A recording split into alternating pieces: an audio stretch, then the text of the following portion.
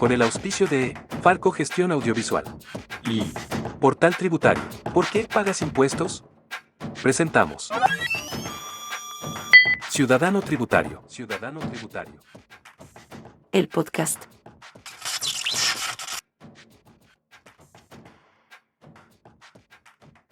Muy buenas tardes, buenas noches, buenos días. En el horario que usted esté viendo este podcast o escuchándonos a través de Spotify, quiero contarles que estamos en Ciudadano Tributario, un nuevo podcast que busca llevar todo lo que es la tributación de forma sencilla a usted vecina, a usted vecino, a todos nosotros. Está con nosotros hoy día nuestro querido ingeniero comercial, MBA y magíster en tributación de la Universidad de Chile, don Claudio Pardo Molina. Muchas gracias por tu compañía, Claudio. Y este es nuestro equipo. Bienvenido a lo que es Ciudadano Tributario. Además, vamos a saludar, por supuesto, a nuestro director, don César Rosas. Y hoy día con nosotros nuestro querido asistente de dirección, Eric Palma. ¿Cómo estás, Claudio? Muy bien, Juan Antonio. Te noto lleno de energía. Estamos muy alegres. Saludo a todo el público que nos está escuchando, si nos está viendo también en YouTube, y feliz de poder traspasar este conocimiento con el ánimo de nivelar las desigualdades sociales. Oye, qué genial, Claudio, la idea de poder llevar la tributación a un idioma sencillo. Porque yo te voy a decir, yo formo parte del 90% de los ciudadanos de este país que no tenemos jota idea de tributación. Por lo tanto, tu tarea es traducir el idioma tributario para que lo entendamos todos, ¿ya? Y mi tarea es hacerte la cantidad máxima de preguntas que puedan ser útiles para nuestra conversación y que podamos ir sobrellevando este tema tributario que es tan interesante con tantas aristas. Es un universo en realidad. Así es. Sí. Partamos entonces, pues, amigo mío. Quiero que me cuentes, Claudio, si es posible. Se viene todo lo que es la declaración renta. A partir de abril, esto que se llena formularios, etcétera. Para la declaración renta de este año, ¿qué es lo más importante que debemos saber? Creo que lo más importante, Juan Antonio, que deben saber todos los emprendedores, emprendedoras, empresarios que nos están escuchando, es la tasa efectiva de impuestos que están pagando. ¿Ya? No caer en el juego, que es muy relevante, pero no es el momento de tratarlo, del contador que empieza a hablarle del régimen tributario, que la postergación tributaria. No. Creo que lo más importante es hacer un diagnóstico, primero, del impuesto que pagaron el año pasado, para poder saber cuánto va a ser el impuesto efectivo que va a pagar este año. Y te lo voy a decir en simple para que... Por favor. Para que esta tasa efectiva de impuestos ¿Ya? sea el centro de la conversación para esta declaración renta del formulario 22 de abril 2024. Cuéntame un poquito, ¿qué es lo que es el PPM? Siempre hablan de eso y ¿qué significa esa sigla? ¿De qué se trata? Ya. La tasa efectiva que va a pagar el empresario, que está vinculada al PPM, al pago provisional mensual, se calcula de esta manera. Aquí hay que saberse tres variables nomás. No hay que confundirse con esto. ¿Cuánto fueron tus ventas del año pasado? ¿Cierto? ¿Cuánto fue el PPM que pagaste mensual? Si tus ventas fueron de 100, el número que sea, 100 algo. Tu PPM fue de 12 y te van a devolver 2, entonces tú terminaste pagando de impuestos solo 10 sobre 100. O sea, la tasa efectiva de impuestos, ¿cuál fue? 10%. Perfecto. Bien, Juan Antonio. ¿Viste? No, si estamos, vamos. ¿Ves? Ahora, si tú pagaste 12, ¿cierto? ¿Ya? Y tu contador te dice, pucha, jefe, hay que pagar dos más. 12 más 2 es el impuesto total que pagaste. 12 de PPM más 2 que tienes que pagar ahora. ¿Ya? Pagaste 14 y tus ventas siguen siendo 100. ¿Qué tasa de impuesto pagaste entonces, efectiva? Ahí me perdí. 14 sobre 100, 14%. Al final fue el 14%. Claro, entonces, Ya. no confundirnos con el régimen tributario. El 14A, que tiene una primera categoría un 27%, el 14 de 3 y de 3, régimen ProPyme, que tiene un 10%, no se confundan con eso. Lo importante es cuánto desembolsaste al final tú con los adelantos de PPM, pagos provisionales mensuales, ¿Ya? más el impuesto que tú pagas en abril, la diferencia, o que te devuelven. Todos esos pedacitos de pago, más lo que tú pagas además o te devuelven, el neto es el impuesto completo. Y ese impuesto completo sobre tus ventas es la tasa efectiva. Correcto. Entonces, ¿es cierto que se puede bajar este impuesto, por ejemplo, con crédito? Claro, a ver, estamos hablando ahora, la tasa efectiva que estábamos tratando anteriormente, en general, uno está hablando de la tasa de impuestos de las empresas, porque le estábamos hablando a empresarios en este momento. ¿Ya? Pero en economía a uno le enseñan harto que hay una dualidad, que todos podemos estar en ambos lados de la economía, como empresas y como personas naturales. Entonces, eso es el impuesto a la renta anteriormente tratado, pero ahora tú me estás hablando de el impuesto global complementario, el que pagan las personas. Ah, ya. Ya. Y a las personas le llegan esos créditos. Ya, cuéntame entonces, Claudio, ya que estamos hablando de pymes. En algún momento supe que las pymes pueden bajar impuestos con créditos. ¿Qué tal así es? Efectivamente, Juan Antonio, mira, esto es muy interesante porque primero que todo hay que tener claro lo siguiente. Como toda empresa tiene rentabilidad. Pongamos primero ese tema en la mesa. Hace muy poco hablamos de los impuestos, ¿cierto? ¿Correcto? Que pagaba 14%. Sí, sí. Pero supongamos que la empresa tuvo una rentabilidad del 30%. O sea, ganó 30 de 100. ¿Ya? 30% de rentabilidad. Por lo tanto, siempre le va a convenir a esta empresa conseguirse un crédito mientras el crédito tenga un interés anual menor a 30%. Ya. Primera cosa, o sea, pongamos los pies en la tierra. ¿Ya? Entonces, si tiene un 30% de rentabilidad, puede eventualmente ir a la banca, ir a conseguirse un crédito comercial, pero siempre la sugerencia es que la tasa de interés sea menor al 30%. Eso, como una cosa de cultura general, es el famoso apalancamiento financiero, como una palanca, ¿Ya? que gracias a la plata que va a entrar por crédito, va a esa rentabilidad a hacerla crecer. ¿Qué te parece? Qué bueno. Tengo una pregunta para la vuelta de comerciales para que la aclaremos que tiene que ver con eso. Porque también tengo entendido que boletas honorario también es posible a lo mejor arreglarse con los créditos, etcétera. Vamos a comerciales, pero no sin antes podamos pedirles a ustedes que, primero, se suscriban a nuestro canal. Es importante para nosotros eso. Pinchen la campanilla para que les lleguen las notificaciones de los videos nuevos que estamos subiendo y además mándenos sus mensajes, consultas, si tienen algo en materia tributaria que quisieran saber o quisieran corroborar, estamos completamente dispuestos a ayudarles en ello. Así es que nuestra idea es servirles a ustedes. Vamos a una pausa comercial y volvemos inmediatamente.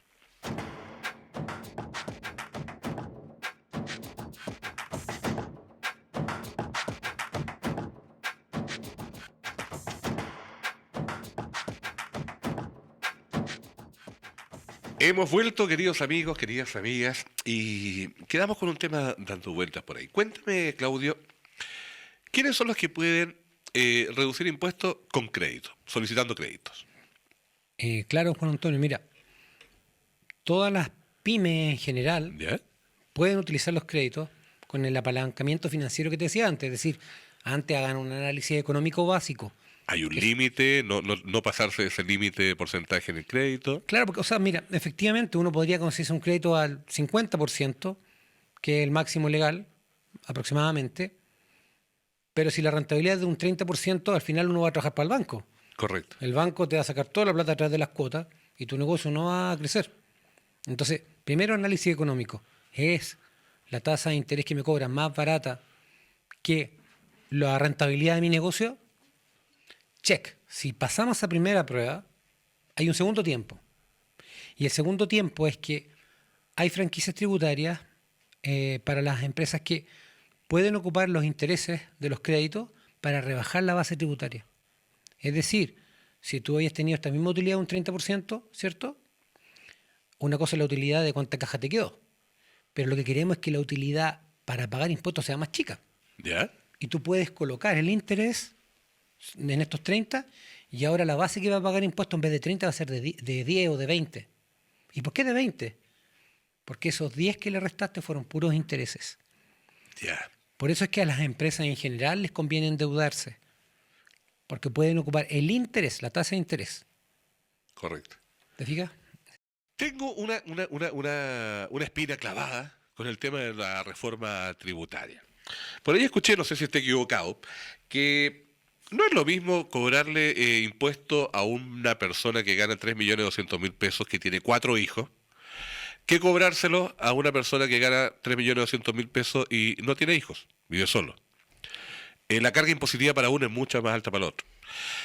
¿Nos están metiendo el dedo en la boca de nuevo? ¿O esta cosa va bien según tu punto de vista? Perdón, porque yo no les creo mucho. Claro, que en este tema del pacto fiscal, como tú bien dices, no está tratado el tema de la equidad tributaria. Está tratado de ver las empresas como grupo, bien, se entiende, razonable, pero no ven a los contribuyentes como grupo. Y efectivamente no está en el pacto fiscal propuesto ahora de ver si el impuesto que tú estás pagando es lo justo de acuerdo a tu grupo familiar. Efectivamente coincido contigo que creo que es un error lo que está pasando, porque si vamos a ver a los grupos y los ingresos que reciben de empresas, también debería hacerse lo mismo con las personas, porque el per cápita, como a veces hemos echado bromas, que yo que tengo 5 hijos, digo, no vean mi sueldo, vean mi per cápita. Y tu pobre señora, ¿cómo debe sufrir? Claro que efectivamente mi sueldo per cápita se acerca al de África subsahariana, digo yo, no vea el nominal. Entonces, si me ven como un pobre contribuyente expuesto a ese tipo de tasas, es lo mismo.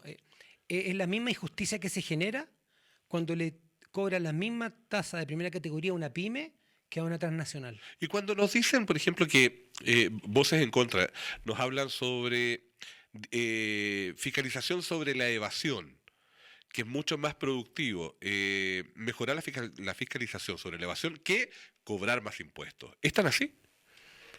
Claro que sí. Lo que está más hoy día en la mesa no es la evasión.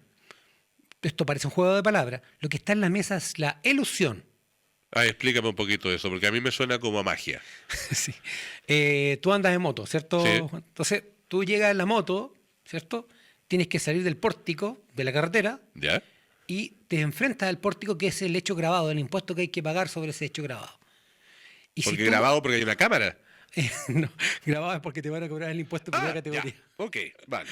Sí. Y entonces tú estás en la moto, miras para ambos lados, ¿cierto? Y tú puedes acelerar y romper el pórtico. Toma. Eso se llama evasión. Está el hecho grabado y tú lo rompiste. Un recuerdo por ahí por el 2019 eso, ¿ya? Rompiste y por lo tanto, y eso es penado hasta con cárcel, está en el Código Tributario. En otros países, pero En aquí otro- pasa... O sea, ya, está, pero ese otro tema que también es interesante, que es respecto de la fiscalización. ya. Pero eso es evasión. Ok. Evasión. Y lo otro es la elusión. Cuéntame de qué se trata eso. Elusión es que, de nuevo, está Juan Antonio en su moto, ¿cierto? Chopera ahí, frente al pórtico, ¿Ya? pero se sube a la vereda. Y se va por Ya. al lado, elude el hecho grabado y luego vuelve a la calle para entrar finalmente a tu domicilio. Ya. Eso es eludir. Ya, entonces me queda claro. Una es la elusión. Y eso es donde hay que ponerle el cascabel al gato, porque por lo que me estáis contando, voy a tener que comprarme unas gafas de metal porque se viene en el ojo fuerte. Claro, porque la elusión agresiva especialmente es cuando tú haces figuras legales, ¿ya? Con el ánimo de evitar el hecho grabado o postergarlo, ¿ya? ¿Ya? Por ejemplo, estás en... Bueno, yo te hablaba antes de la moto, ¿no es Sí, cierto? sí, sí. Pero tú podrías decir que tú constituyes una empresa de motos, Ya. ¿cierto? Y lo que haces ahora para pagar menos impuestos o no gastar en benzina, tú tienes una empresa que vende motos y ocupas las motos con fines personales. Por lo tanto, tú, con una figura legal, de una forma inteligente, eludiste el pago de los impuestos porque ocupas las motos de la empresa con fines personales y además ocupas tu benzina para rebajar los impuestos. Oye, pero esa historia yo la he escuchado de hace mucho, mucho tiempo. Estas empresas que te compran la 4x4 y después la pasan la factura por la empresa y la 4x4 la usa la señora. Por eso es que hay muchas voces, Juan Antonio, que dicen no hay que seguir reformando la reforma de la reforma. Ya, Lo que hay que hacer sí. es fiscalizar hacer seguimiento. Mira, hoy día el mundo de la Big Data, impuestos internos y el sistema tributario, el ecosistema tributario, tiene toda la información. O sea, si tú tienes una renta de 100, como hablábamos antes, y te estás comprando propiedades, inscribiendo en el registro, en el conservador de bienes raíces, por 1.000 cada casa, y tu sueldo es de 100, perdóname, algo Claro. no cuadra. No cuadra. Y no hacemos nada. Sin embargo, nos tienen a todos en la mesa sentados, cambiando la reforma de la reforma. Qué complicado eso. Te juro que me tiene muy, muy complicado porque han pasado años. O sea, no es un tema que estemos discutiéndolo ahora. Han pasado años tratando de modificar o de realizar una reforma tributaria y no son capaces de ponerse de acuerdo en temas mínimos. Me imagino que son personajes que no les gusta ser asesorados por alguien, por algún especialista, o efectivamente acá hay un tema más político que real. Perdón, voy al punto. ¿Por qué en algún momento se niega el hecho de acceder al informe de las platas que tenemos en los bancos, en las cuentas, la apertura de las cuentas bancarias? ¿Por qué se pone un tapón a eso? ¿Te lo explicas tú? Si yo no debo nada a nadie, no tengo por qué ocultar nada. Claro, o sea, a ver, yo creo que en el fondo el secreto bancario que tú Sí. describes ya está en alguna manera regulado en la Comisión de Mercado Financiero. Se puede abrir el secreto bancario y hoy día, si Impuesto Interno demuestra que tú estás evadiendo abiertamente, puede pedirle a tu banco ¿Ya? que te pida abrir tu cuenta y tú te puedes negar, ¿cierto? Y por lo tanto, el Impuesto Interno lo que va a los tribunales tributarios y aduaneros y a través del tribunal te exigen que lo abras, ¿cierto? Hay muy pocos casos, se sabe de Uber, por ejemplo, que se pidió porque estaban pagando mucha renta y nadie declaraba eso. Hay pocos casos que se conozcan. Ya. Pero el cuestionamiento es otro. El cuestionamiento es otro porque está basado en la desconfianza. Si hay evasión y elusión, ¿cierto? Está generado efectivamente por el contador que uno le dice, ¿cuánto es mi balance? El que usted quiere. ¿Cuánto quiere que diga, jefe? Claro, Efectivamente claro. sí, pero también hay una alta componente de evasión por desconocimiento y es producto de este mismo tema, de que cambian la reforma cada rato. Entonces es imposible que el empresario sepa. O sea, con eso estamos diciendo que a lo mejor no somos malos per se, porque acá cambian tan rápido estas leyes tributarias y cosas así que no se sabe. Entonces, por desconocimiento, cometemos errores que podrían ser perjudiciales, ¿no? Claro, incluso esto tiene una respuesta de hace más de 2000 años atrás, cuando Sócrates concluye de que no hay gente buena o mala. Muchas veces las personas hacen cosas inadecuadas por desconocimiento. Entonces creo que los propios cambios tributarios que han existido en el último tiempo nos han llevado, socráticamente hablando, a cometer muchos errores, ser los malos sin saberlo. Ya. Entonces, ¿eres el malo o no sabías? Como dicen algunas personas, todos somos el malo en la historia de alguien, ¿no? Sí. Finalmente, ante impuestos internos, muchos ciudadanos tributarios Sí. nos hemos vuelto los malos y no sabíamos que lo éramos. Está claro, pero esa historia de Sócrates se puede aplicar a muchas cosas. Yo tengo por ahí alguna chiquilla que se le podría aplicar lo mismo para disminuir su culpa, digamos.